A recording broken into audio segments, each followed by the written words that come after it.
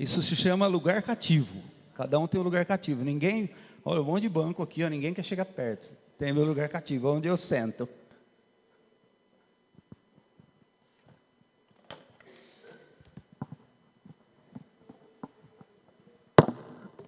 Se a intenção é ficar longe, então a gente chega perto. Clore já chegou de Taiwan. Eu aqui quero fazer uma pergunta para vocês. Nós devemos deixar ele de quarentena? Vamos comunicar isso para ele. Achei que só eu tivesse pensado nisso.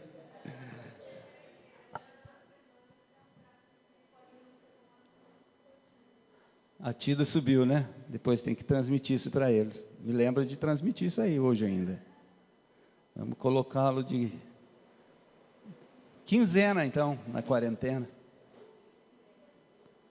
Hã?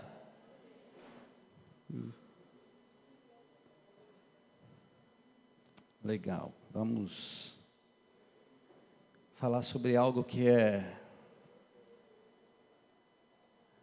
um desafio no nosso dia a dia, principalmente porque nós somos sempre incentivados a conhecermos mais a Deus. Esse deve ser o nosso desejo constante por sermos quem somos.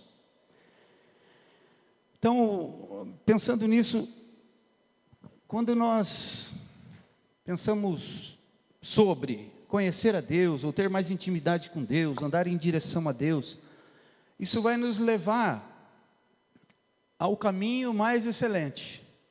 Então, se é um caminho mais excelente, nós vamos caminhar em direção à excelência. Hoje, quando nós olhamos para nós, a gente fala assim, está tão distante, né? É uma utopia para que a gente possa chegar nisso. Então, por isso eu quero lançar o tema para vocês de busca, ou buscar e prosseguir. Tem na primeira carta aos Coríntios, no capítulo 2, você pode abrir lá.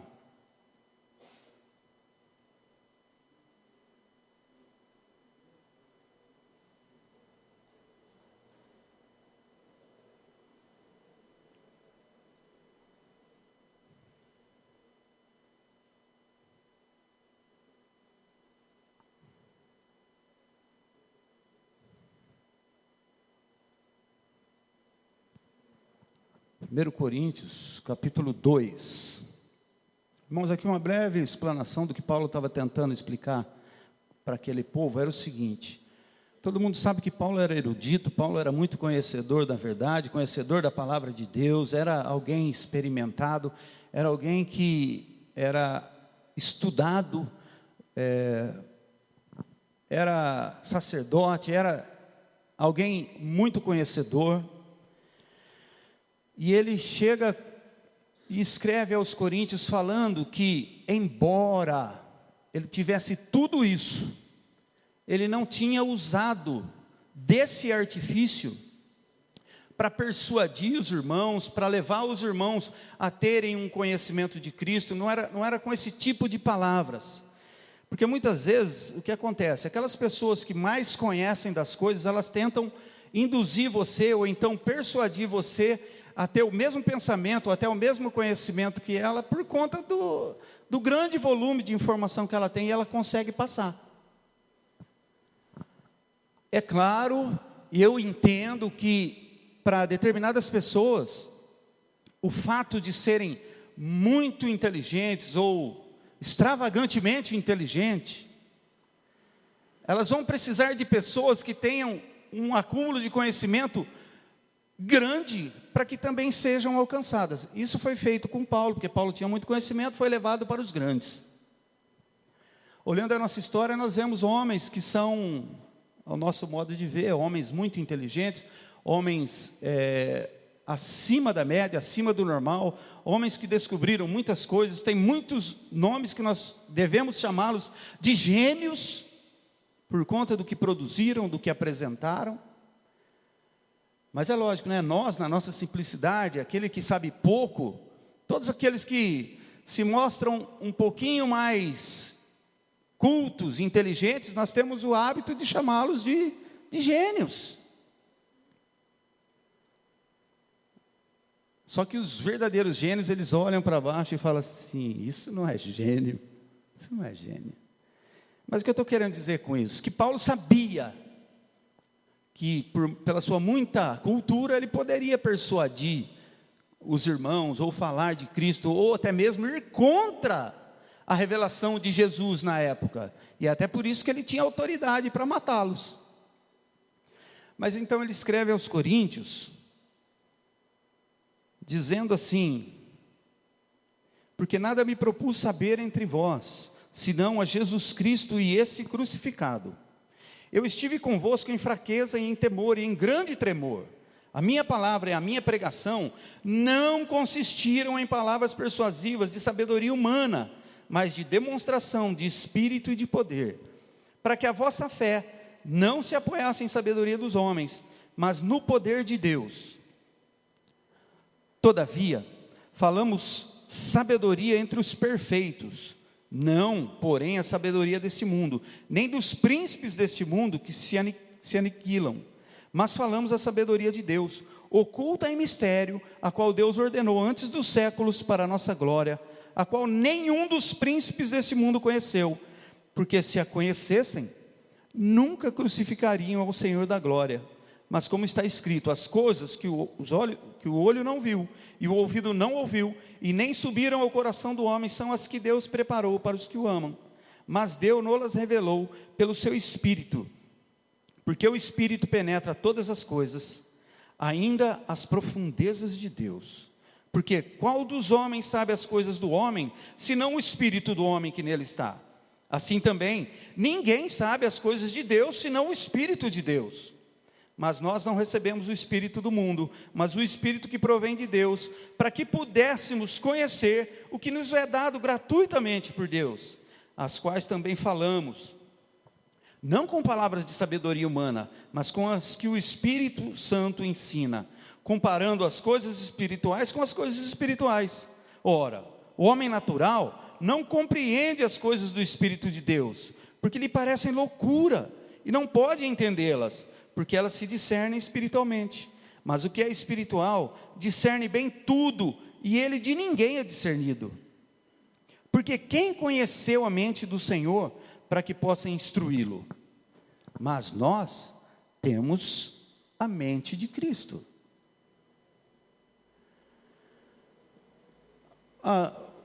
Como uma carta, ou uma leitura, nós vamos falar assim: esse cara realmente era muito conhecedor. Ele sabia fazer com que o seu conhecimento, o seu entendimento fosse deixado de lado para mostrar Cristo na simplicidade, Cristo crucificado, Cristo morto. Gente, os maiores questionamentos de toda a humanidade: Deus existe, Deus não existe. Eu vou falar de uma área da ciência.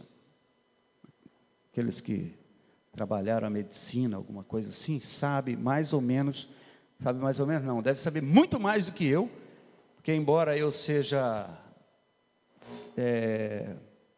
com pouco conhecimento, eu gosto muito de pesquisar, né? E aí, eu fui pesquisar com alguém que para mim era gênio. Um gênio, eu olharia para ele e falaria assim: não é, mas para mim ele era gênio. Não vou citar o nome, talvez vocês saibam, já tenham ouvido sobre isso. Mas eu quero falar de alguém que comprovou a existência de Deus, sem dizer uma só palavra,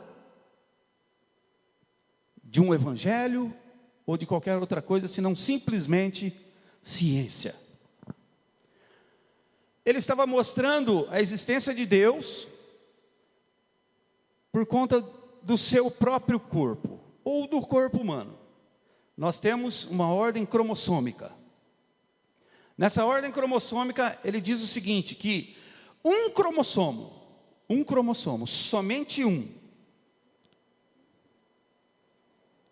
ele é dividido em 5 bilhões de partículas. Já ouviu? 5 bilhões de partículas. É lógico que esses 5 bilhões de partículas, ele tem uma base, ele tem açúcares, ele tem ácidos e tem mais alguma coisa. 4, que é dividido em 4. Essas 4, multiplicado por 5 bilhões, geram 20 bilhões de informações. Um cromossomo. Para quem mexe com números, né, sabe que dentro dos TIs aí, de computação, tudo é gerado em forma de números. Cada uma dessas informações é referente a 1 bit. Na linguagem geral, universal, nós temos uma média de letras, que é composta de 6 bits. Olha que loucura que eu vou falar para vocês, né? É composta de 6 bits, uma letra. Nós temos, então, dividido essa base para aproximadamente 3 bilhões de letras. Tudo isso, um cromossomo, 3 bilhões de letras. Cada letra, se ela tiver 6, se nós juntarmos 6 letras, que é o mínimo para a composição de uma palavra, nós vamos ter aproximadamente 2 bilhões de palavras. Esses 2 bilhões de palavras, nós podemos fazer aproximadamente 500 páginas. 500 páginas. Tudo isso nós podemos encadernar. Nós podemos fazer um livro médio de 500 páginas, 4.000 livros. Que coisa louca, gente. Um cromossomo. 4.000 livros. Isso é o que você representa. Sabe o que ele explicou com isso? Não tem como não existir um ser criador com uma ordem tão fascinante. Não tem como não existir Deus. Vocês estão vendo que são coisas loucas, que até mesmo aqueles que se aprofundam no conhecimento, eles chegam a Deus. Ou eles nos fazem chegar a Deus, ou eles podem até nos persuadir a entender que existe Deus. Gente, nós temos uma ordem cromossômica em nós. Se a gente pensar em nós somos um livro escrito ou melhor, nós somos 4.000 livros escritos de aproximadamente 500 páginas. Você imagina a nossa composição corporal total. Isso é apenas um detalhe, algo que a gente vai longe se a gente começar a pesquisar. Mas, o que nós, sendo tudo isso, nós podemos, não que nós sejamos, tenhamos uma importância ou até mesmo uma igualdade a Deus, tá bem? Deus nos criou, Ele é superior, Ele é soberano, mas Ele nos fez assim, de uma maneira assombrosa. Talvez Davi tivesse algum conhecimento de alguma coisinha. De modo assombrosamente maravilhoso, nós fomos compostos, nós fomos feitos, nós fomos formados. E o que então nós precisamos fazer? Reverenciar esse Deus que fez tudo isso por nós.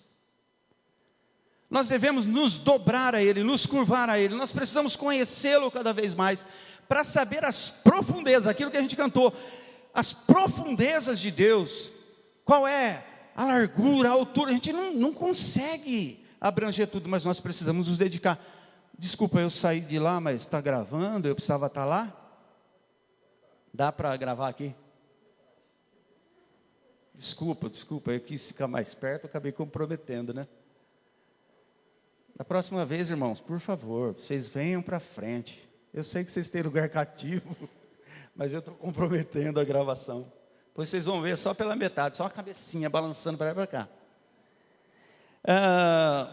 Então, nós precisamos fazer-nos conhecidos de Deus, mas nós precisamos ter interesse nas coisas de Deus, buscarmos, porque Ele é o Senhor da nossa vida, nós devemos ir em direção a Ele.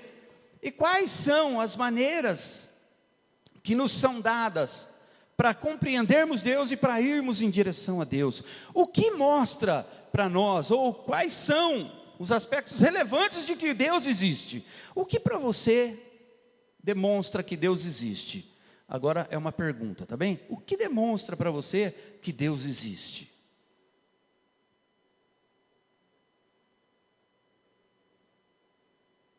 Alô? Irmãos, eu vou perguntar diferente. Deus existe? Como você sabe que Ele existe?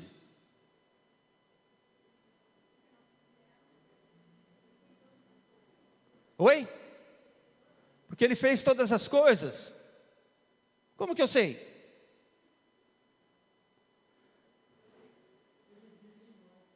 Ele vive em nós. Como que eu sei? Oi? Está escrito. Está escrito onde? Na ordem cromossômica? Na palavra de Deus. Nós temos um outro problema sério, né? Nós não gostamos de responder. Nós não gostamos de participar, e às vezes é interessante, me ajuda aí, tá? Então, oi.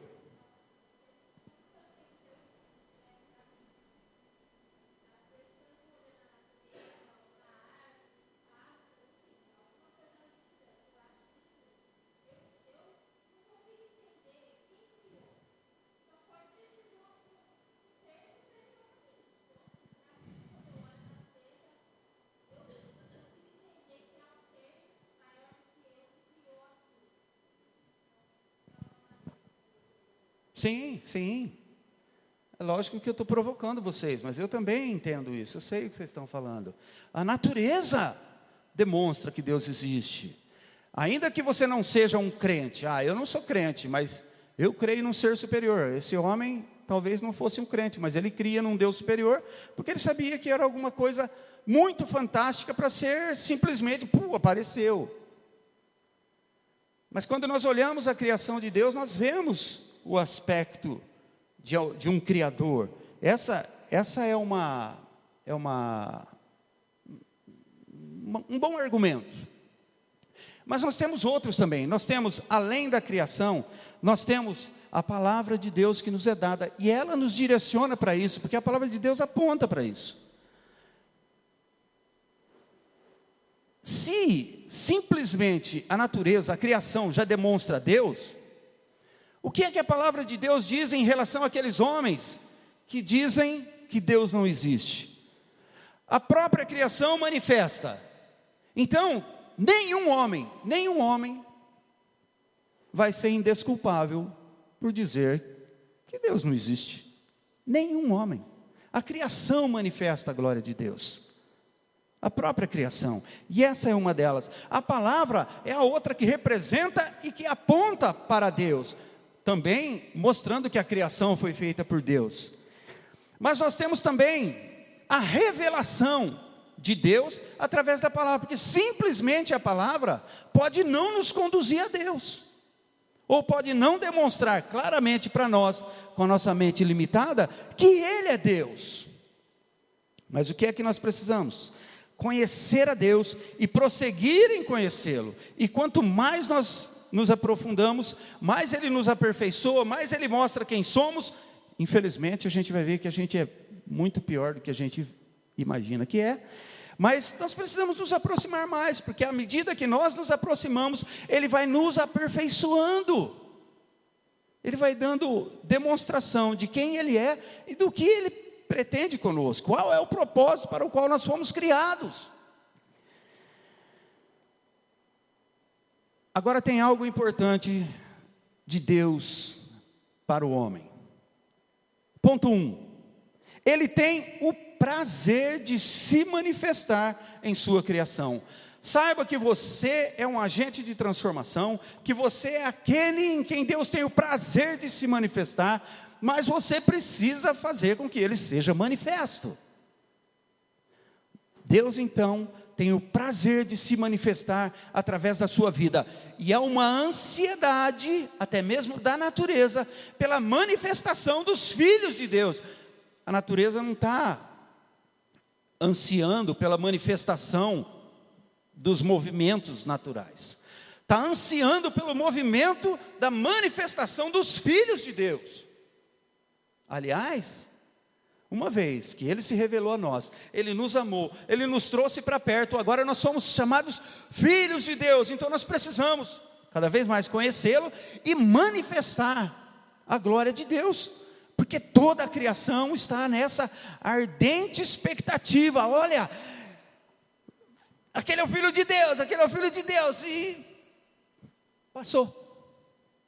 Aquele lá vem lá, esse é o Filho de Deus, é a manifestação que vai ser, passou.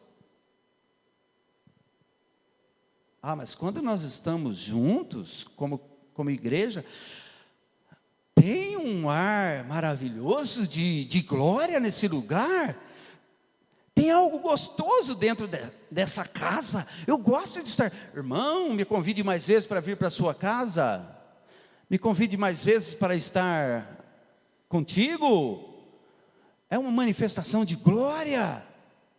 Tá, mas e quando você está só? Isso não acontece? Porque essa manifestação de Deus, ela não se dá somente conjunta. Ela se dá quando nós estamos sós. É pessoal, é íntima. E o Senhor nos leva para isso.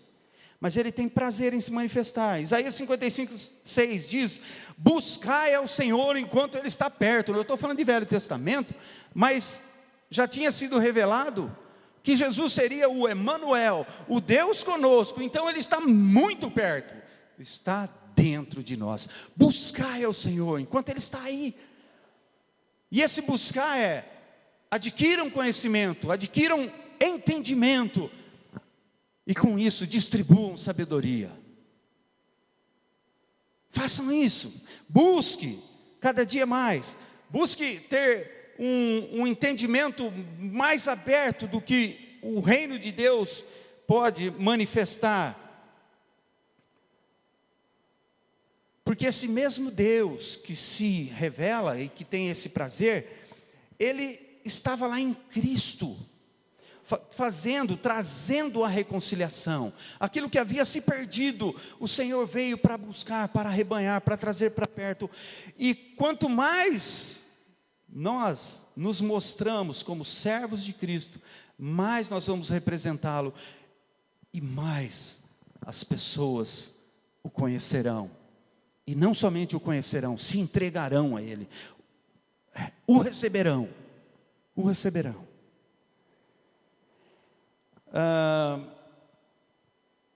Nós temos várias maneiras de conhecer e ter intimidade com Ele, mas nós precisamos nos deter em alguma. Uma delas é que quando nós buscamos a Deus, nós vivemos. O profeta Amós, capítulo 5, verso 4, ele diz: porque assim diz o Senhor, buscai-me e vivei. Buscai-me e vivei. Nós estamos falando do Senhor, que é o dono da vida, que é o Senhor, que é a própria vida, e que uma vez manifesta em nós, transforma a nossa vivência em uma real vida, uma vida diferente, uma vida transbordante. E aí nós podemos ver que Deus também, no segundo ponto, tem um profundo interesse em se manifestar através da sua palavra. Esses dias na nossa reunião do presbitério, o Ver disse assim: Rodinei gosta de falar que a palavra de Deus escrita é grafo, mas não é que eu gosto de falar, é a realidade. Qualquer livro, qualquer impressão vem de grafo, de grafia, escrito, caligrafia. Então, está escrito, mas está ali, não influencia em nada, não muda nada, não transforma nada. Pode deixar o Salmo 91 aberto na sua casa, pode ficar com o Salmo 23, você pode ficar com qualquer um, até com o Apocalipse, se você tem medo do Apocalipse. Tem gente que tem medo do Apocalipse, né? Pode deixar até no Apocalipse. Vou assustar os demônios que porventura pensarem em passar aqui, mostrando Apocalipse. E os demônios sabem mais do que nós. Eles já conhecem tudo isso daí. Eles estão preparados até para isso. É lógico que para a perdição, mas estão preparados. A questão é, aquilo ali é grafia. Aquilo ali é simplesmente letra, não acontece nada. Mas quando nós nos deparamos com ela, começamos a ler a palavra de Deus. É o Logos de Deus. Isso é importante. Agora sim, agora eu estou começando a compreender. Peraí, Deus está se manifestando através do Logos. O Logos tem que entrar aqui na minha mente, cair no meu coração e se tornar rema. Mas não era só a palavra? Que tanta coisa dentro de uma palavra. A grafia em si não vale nada. Se você não pega para você ler, para meditar na palavra, todos os dias da semana, vários minutos. O meu incentivo é que você comece com 5 minutos. Mas faça isso. Essa palavra vai começar a gerar vida em você, porque ela vem do próprio Deus. E a própria palavra é Jesus. Jesus é a própria palavra. E se Ele é a palavra, Ele é vida, espírito e vida. Espírito e vida em nós gera vida. Ou então nós continuamos sendo seres viventes.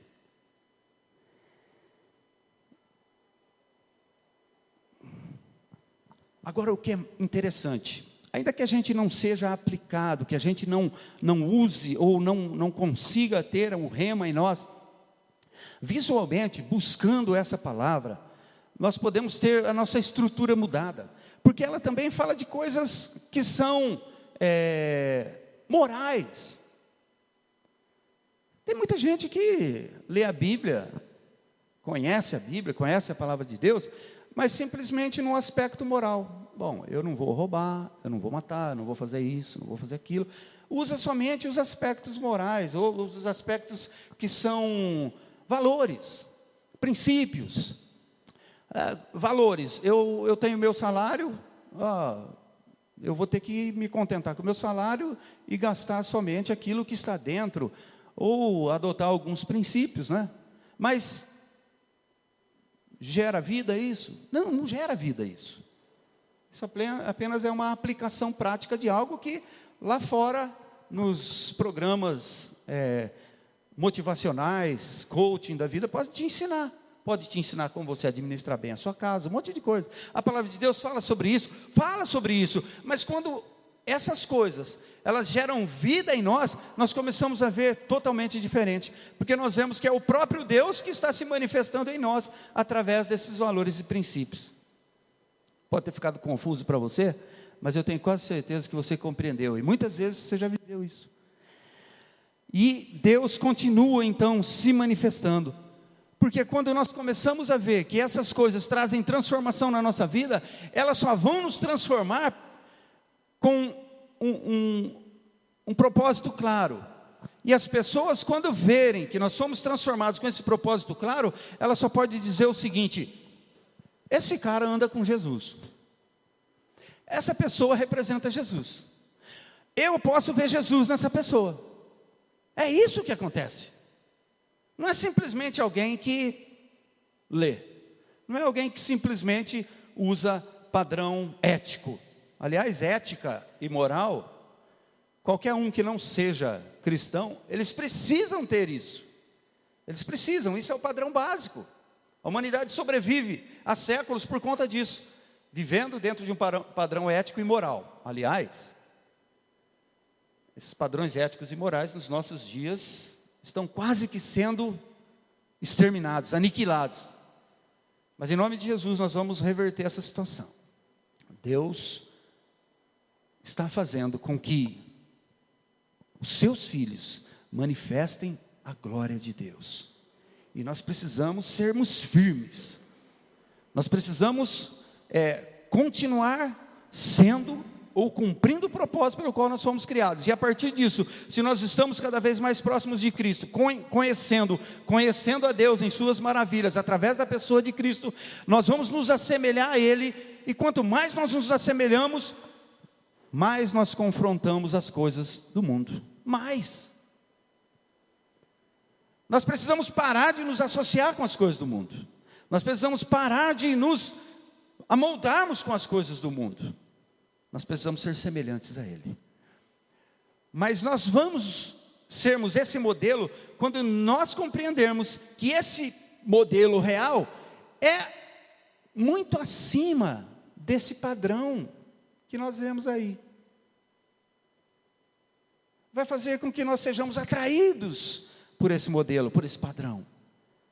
É isso que vai fazer. Não são as nossas bases físicas, não é a nossa roupa, não é o nosso penteado, não é os nossos ataviamentos, não é os nossos... nada do que nós possamos acrescentar no nosso visual, na nossa casa, não é nada disso. Não é nada que nós possamos possuir, nada que nós podemos ter. Mas é aquilo que nós podemos ser.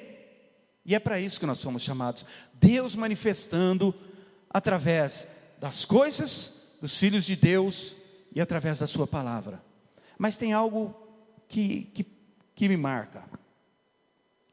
Deus tem o prazer de se manifestar através daquilo que é um processo progressivo na nossa vida, que é através da revelação. Revelação, o que é revelação? Eu fiz uma retórica, mas agora eu vou fazer uma pergunta. O que é revelação, irmãos? O que é revelação? Não é reteté, né, não? O Senhor está me revelando, eis que vos digo, não sei o quê. O que é revelação? O que é revelação, irmãos? O que é a revelação? Alô? Está todo mundo em casa, ouvindo, falando, pensando, até orando. Deus, traz uma revelação. Oi? Revelação é a descoberta de algo.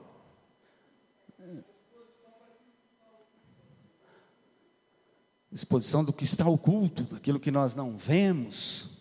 Revelação.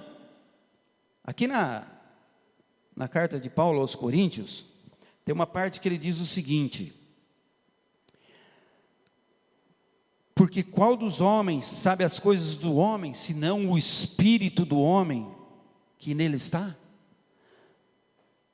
Agora, quando as coisas que são a revelação de Deus, que são ocultas para nós, no espírito de homem, nós precisamos que ela seja revelada no nosso espírito.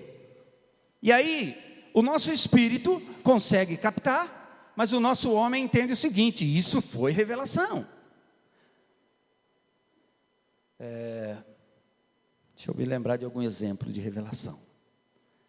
Jesus andou com os seus discípulos. Eu fugindo da câmera de novo, não aguento.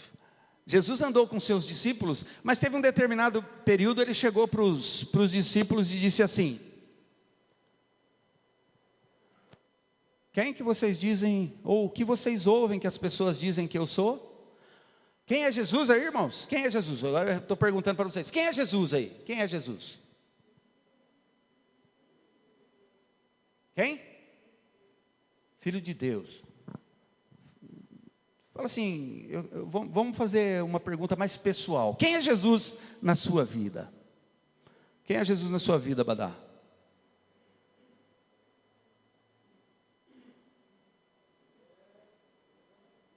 Dono da vida.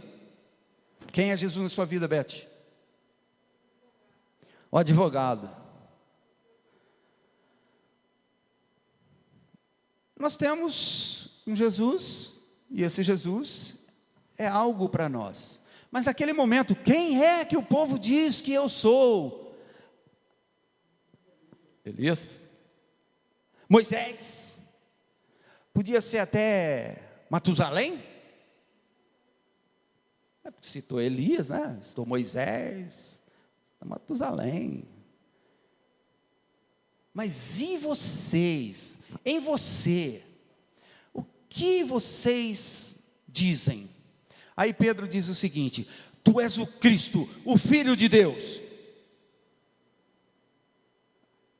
Aí Jesus fala assim, ó: muito bem, mas não foi carne que te revelou. Isso é revelação. Não foi a carne que te revelou. Isso é do Espírito, isso é revelação. Isso é aquilo que faz com quando nós andamos com Cristo, essas coisas acontecem conosco. Nós começamos a ter a revelação, começamos a ver, ouvir e praticar coisas que não estão na nossa alçada, a não ser que nós hajamos como homens simplesmente. Isso que te revelou foi o próprio Espírito de Deus, não tinha como ser homem, não foi carne nem sangue. Mas agora eu vou te revelar algo. Tu és Pedro, e sobre esta pedra eu edificarei a minha igreja. Pronto, o mistério começa a ser revelado. Mas Jesus fala sobre um mistério, revela um mistério, quando eles já começam a compreender qual é a vontade de Deus. Porque fala o seguinte, vamos nós lá de novo, né, aula de teologia. Tu és Petrus, uma pedrinha, uma lasca de pedra. Tu és Petrus, e sobre esta pedra eu edificarei a minha igreja. Então, você é uma lasca de pedra que vai estar sendo edificada sobre a base, sobre a pedra angular. Eu sou a Petra. Entendeu que aí a revelação chegou? Chegou então agora sim. Eu sou Pedro. Eu estou falando do Pedro da Bíblia, embora eu seja Rodinei Pedro também. Eu sou Pedro. E ele é a pedra angular. A pedra que os construtores rejeitaram, essa se tornou a pedra principal. E eu sou Petrus, então eu vou estar sobre a pedra angular. Então todos esses homens que estão com a gente aqui são parte da edificação? Sim, são parte da edificação. São parte da igreja. É sobre essa pedra que vai ser edificada, a Petra? Sim. Então, saibam de uma coisa, irmão, aquilo era revelação para nós. Vocês são Petrus. Vocês fazem parte da edificação da igreja de Cristo. Então Deus se revelou dessa maneira. Então Ele tem prazer em se revelar a nós através da revelação. Nós não somos considerados os tijolinhos. Agora, como é que a gente consegue compreender isso? Nós conseguimos compreender isso no verso 14. Porque Paulo está esclarecendo, ora, o homem natural não compreende as coisas do Espírito de Deus, porque lhes parecem loucura. Como que nós vamos ser pedras, se nós somos seres humanos, para construir uma igreja em cima de uma pedra, que é outro ser humano? Mas o homem espiritual consegue discernir, consegue compreender. Mas o que é espiritual discerne tudo, e ele de ninguém é discernido.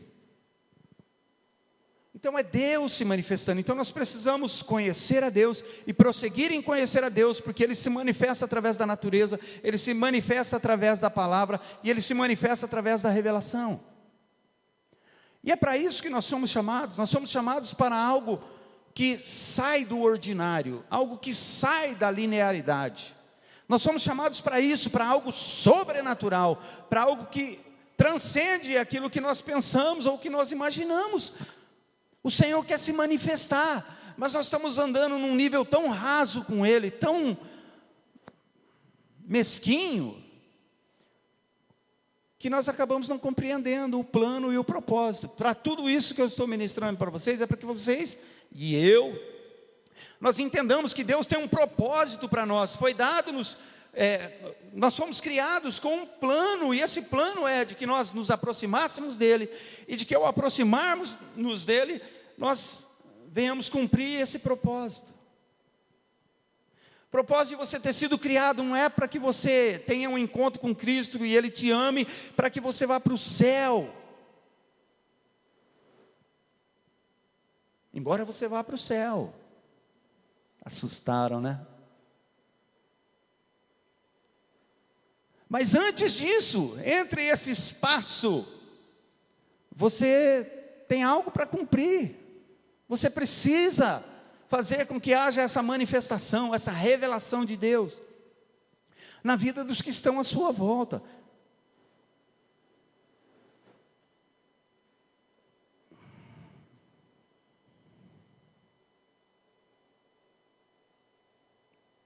Sabe o que é interessante?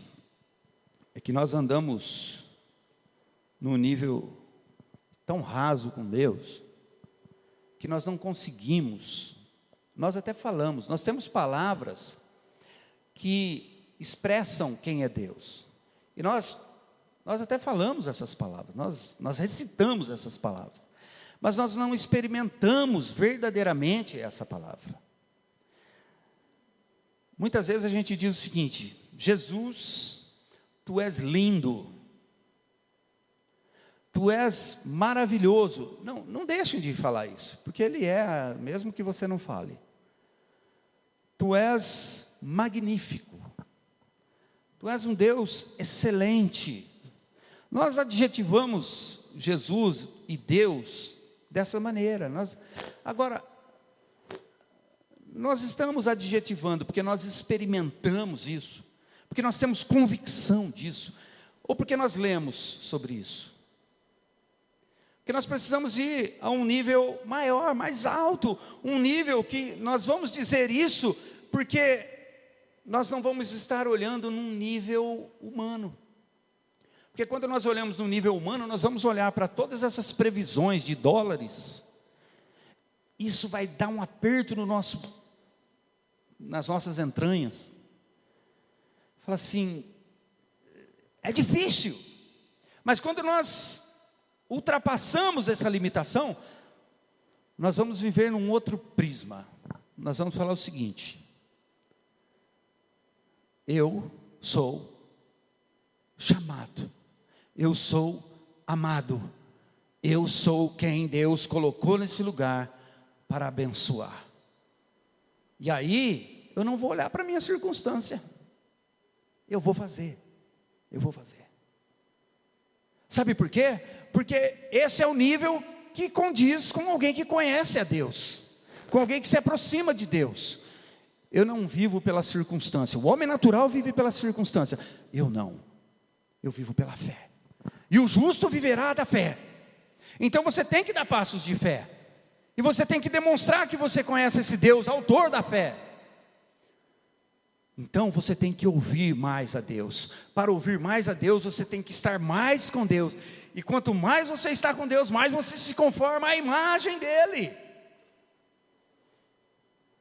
Estou querendo inculcar na sua cabeça? Você está pensando assim? Não estou não, a palavra de Deus está.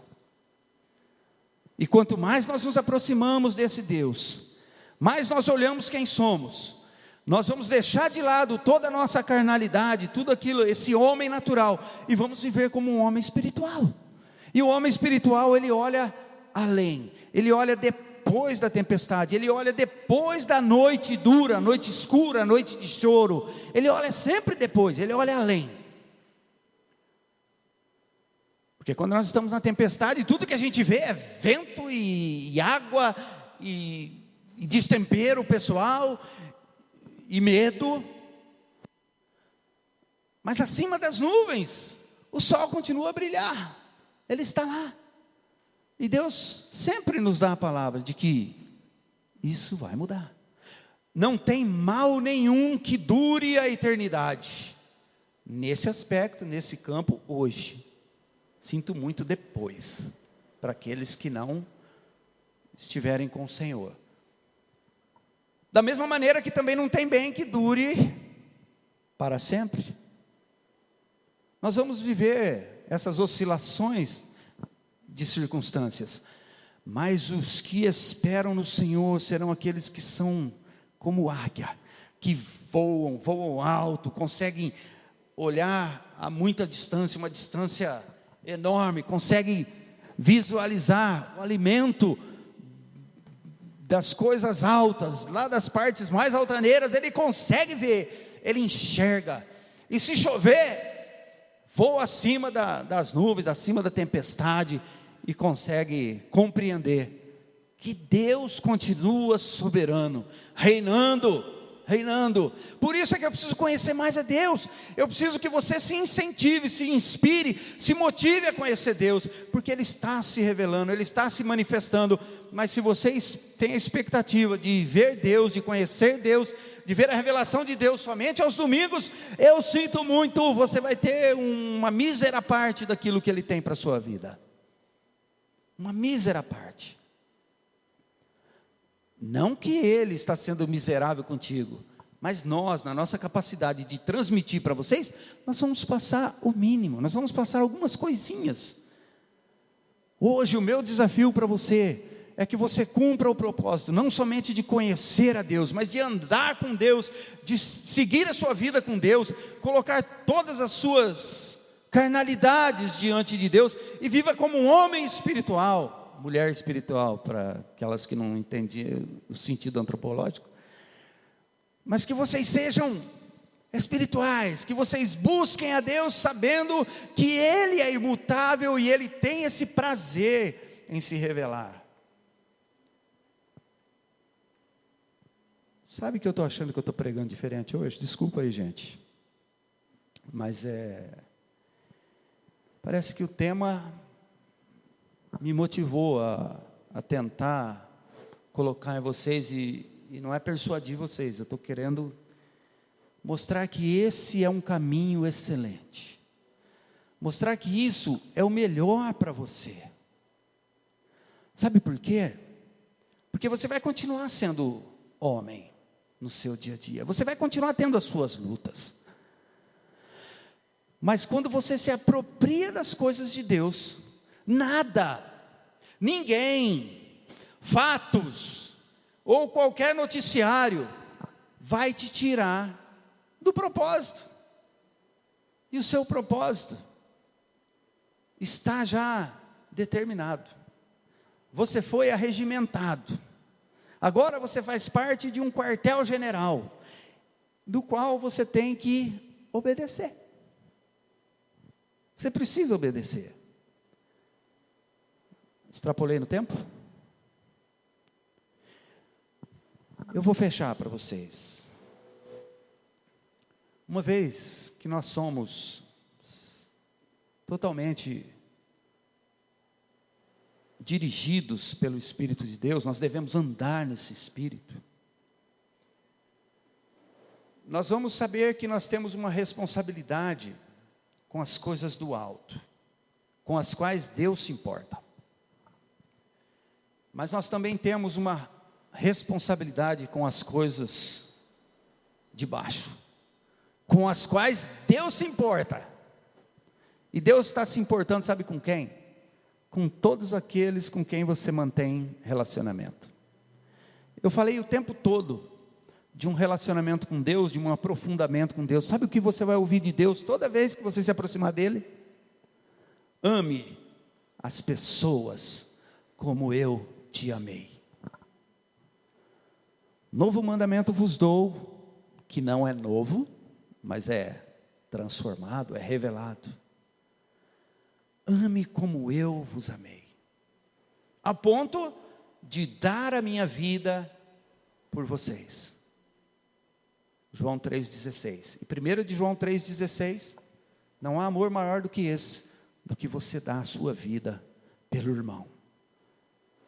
E irmão aqui é generalizado, raça humana. Então, porque por nós pode ser que até alguns aí se entreguem, né? Fala assim, não, pelo Alan anda comigo. Se eu tiver que dar minha vida por ele, eu vou dar. Mas está falando que eu tenho que dar minha vida pelo meu vizinho, meus vizinhos são uma bênção. Por aqueles que me atropelam por aí. Mas eu só vou cumprir o propósito de Deus, depois de conhecê-lo, indo em direção a essas pessoas que estão ao meu redor, a ponto de dar minha vida por elas. O desafio é, nessa semana, você vai em direção às pessoas com quem você mantém relacionamento, e vai revelar o Cristo que habita em você, com palavras, com ações. Vou dar a dica, tá? Se tem dificuldade com os vizinhos, você vai fazer um bolinho pequenininho, leva para o seu vizinho, para a sua vizinha. Faça algo proposital. E eu vou dar eu não posso ser negativo, eu vou dar uma boa notícia para vocês. Domingo que vem eu vou pregar aqui. Aí eu vou perguntar para vocês. E eu gravei todos vocês, então eu vou esperar que vocês venham Mas eu não gravei para isso não. E aí eu vou querer algum testemunho do que Deus vai fazer por conta de você ter se aproximado mais de Deus e cumprido o propósito que Deus te chamou. No mínimo, para uma pessoa, você vai fazer algo beneficente. No mínimo para uma pessoa. Eu não vou pedir para vocês falarem amém, não. Mas eu sei que muitos aí já estão despertados para isso. Outros estão falando assim, nossa, estou pego. E se esse passo é grandioso demais, porque você teve problemas com essas pessoas, o desafio é que você vá lá e conserte tudo isso. Porque você é um representante do reino de Deus e você não pode envergonhar o Senhor. Então o seu desafio, para você que teve um entrevero, né? Teve um probleminha, o seu desafio é ir e consertar. Reconciliação. E Deus, isso é finalização de verdade, eu vou fazer igual Paulo não. E Deus estava em Cristo, reconciliando consigo o mundo. Feche os seus olhos. Pai, obrigado por essa manhã. Nós precisamos cada vez mais conhecê-lo e cada vez cumprir o propósito para o qual nós somos chamados.